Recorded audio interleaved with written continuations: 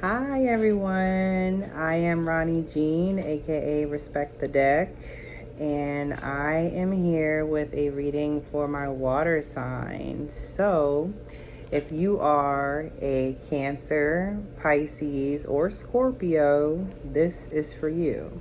Sun, Moon, Rising, Venus.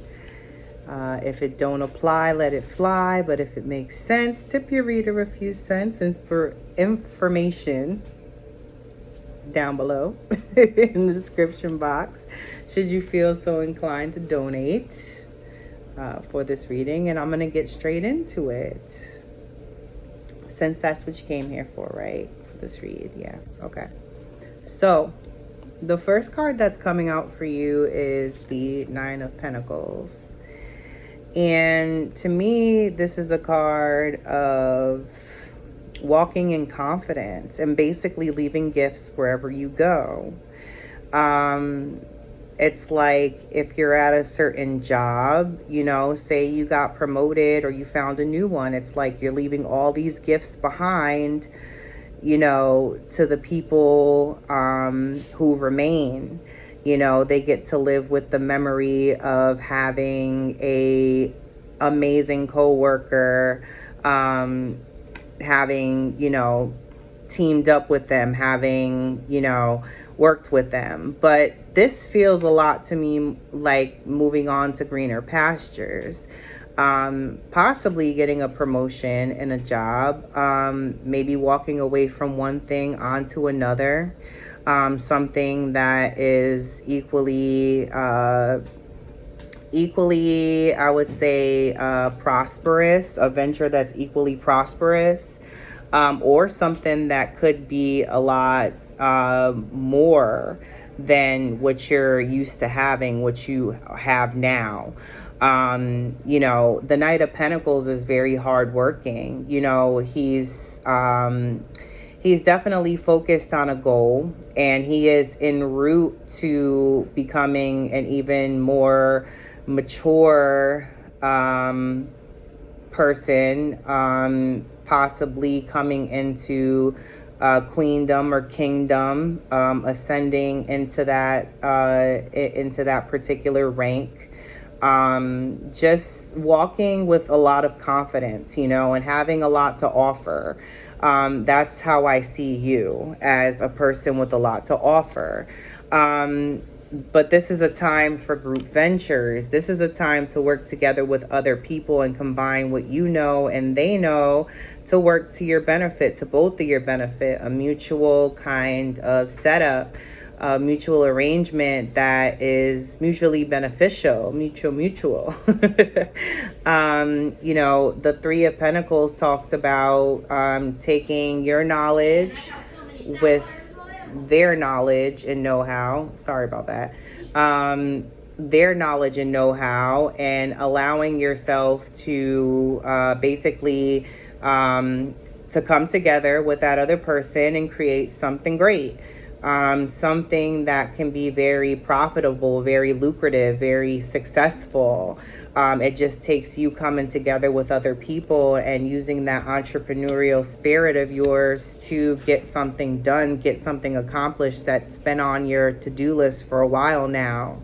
You also have the Strength card. This is a card that says, hey, you do have what it takes to reach your end goal. You do have the strength and the ability to basically have things, to make things, to create a situation for yourself that is to your liking, that's favorable. The Strength card, it's like you're able to tame the beast. You're able to speak gently, and kind of calm, other people that may be a little loud and boisterous. You have this ability. You have a lot of love in your heart, and you have a gentleness too about yourself and your spirit that if you don't recognize, you should see. But I feel like you may be subject to getting a little disillusioned by what your reality currently, your current circumstances. It's like, you may think just because times are hard right now, if they are hard, this is an example, like you may feel like if times are hard right now, it may be difficult for you. You may feel as though you're drowning, you're sinking, you know, into like a sea of despair. For example, you have these two different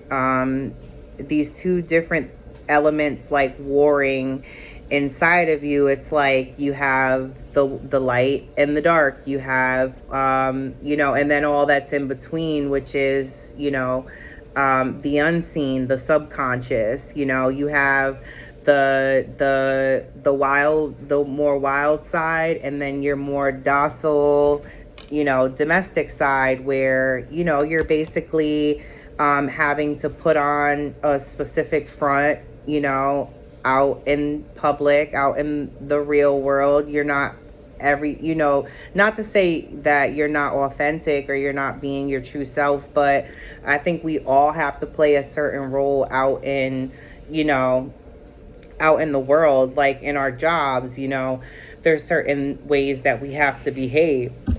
There's certain, you know, actions that we have to take, and there's certain things that we have to be mindful of when we're in certain positions. So, you know, it's okay to feel some kind of inner turmoil, because you have both of those sides kind of at odds in a sense. It's like you have that wild side, but then you also have that tame side, the side that, you know, you show, and you may put on a mask for other people and not really tell them or be explicit about what's going on with you. But I feel like things are turning in your favor. You have the 10, which is the Wheel of Fortune.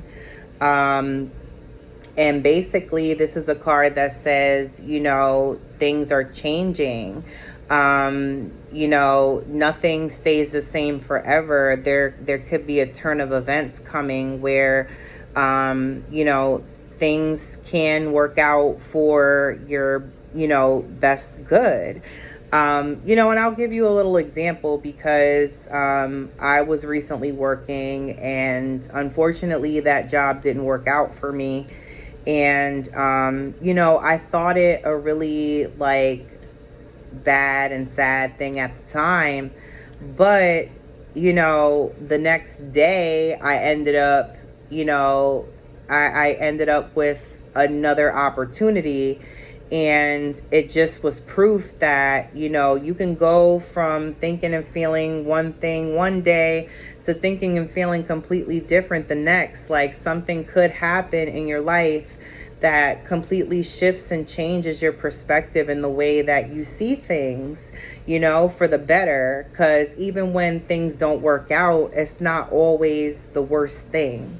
So with the Wheel of Fortune, is saying that something's going to change. Something is, you know, coming your way that's going to work out for the better for you. It's going to be a change of events, a change of pace, a change of direction. But ultimately, it's going to lead you exactly to where you need to go. You know, there's balance. There's another, you see the black and white on each side. It's pretty much the same as this card, the white and the black wolf. And I'd even go so far as to say balance shows up in the strength card, because she's half, you know, like half animal, half human.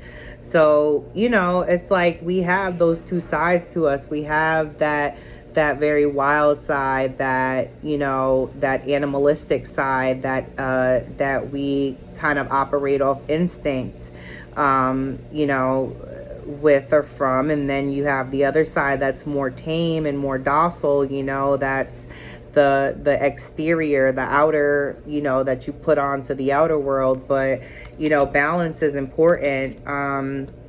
You know, and you see she is balanced, even standing on these, you know, shifting wheels. You know, they're gonna turn. You know, will she fall one way or the other? And what is she descending into? You know, you don't know, but you got to learn to look at things in a more positive light if right now that's kind of something that you're struggling with.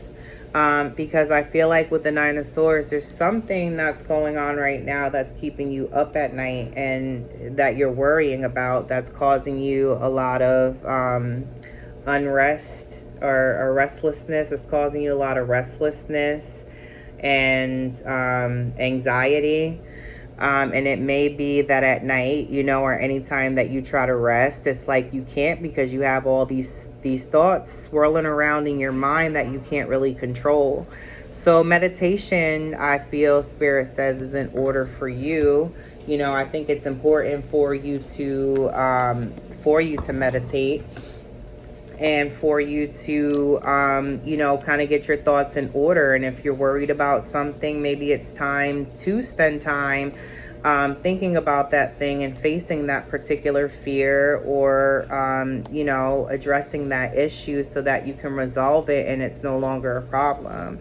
Now, I have my archetypes deck here. I'm going to pull one card from it. I'm still learning this deck, so bear with me. I'm going to have to read the interpretation from the book, but I just felt inclined to face your fears, right? Face your fears. Go for it. Do it. That's what my daughter says in the background. I guess it was meant for y'all to hear that particular message too, huh? All right, so... y'all the best if you're watching, she says. Thanks for tuning in. Like, share, and subscribe. Hit the notification bell so that you are aware of when I have posted, if I'm live, what I've shared. I'm thankful to have you here and appreciate you tuning in. So let's see what last message Spirit has for you with the archetypes cards.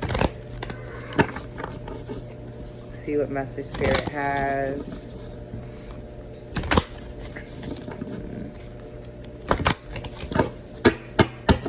Okay. I love these cards. They're circular. They're so different. Well, I guess we have 3 cards too many, huh? So I'm going to put those back and shuffle one more time, but I want to get one card. There we go. Thank you, Spirit. Oh, wow. It came out again. That's crazy. The first time it was this card. It was, oh my God, the Castle and the Vow, and Kairos came out again. That is so wild. This reminds me, this is like so there's this singer named Nicole Buss. If you haven't heard from her or haven't heard her, oh my God, look her up. Her voice is incredible. So unique and just so powerful and evocative, just amazing. She dropped an album a couple years ago called Kairos. I hope I'm pronouncing that right, but I'm gonna grab this book so I can read from it and let you guys know what this card signifies. Bear with me for a second. That's crazy. Stuff like that happens all the time, but I wish I would have showed the cards, but there were 3 and I was like, no, that's too many. Let me do this over. Spirit. Oh man. Can't tell me Spirit is not real. Definitely. All right. So we have the Kairos card.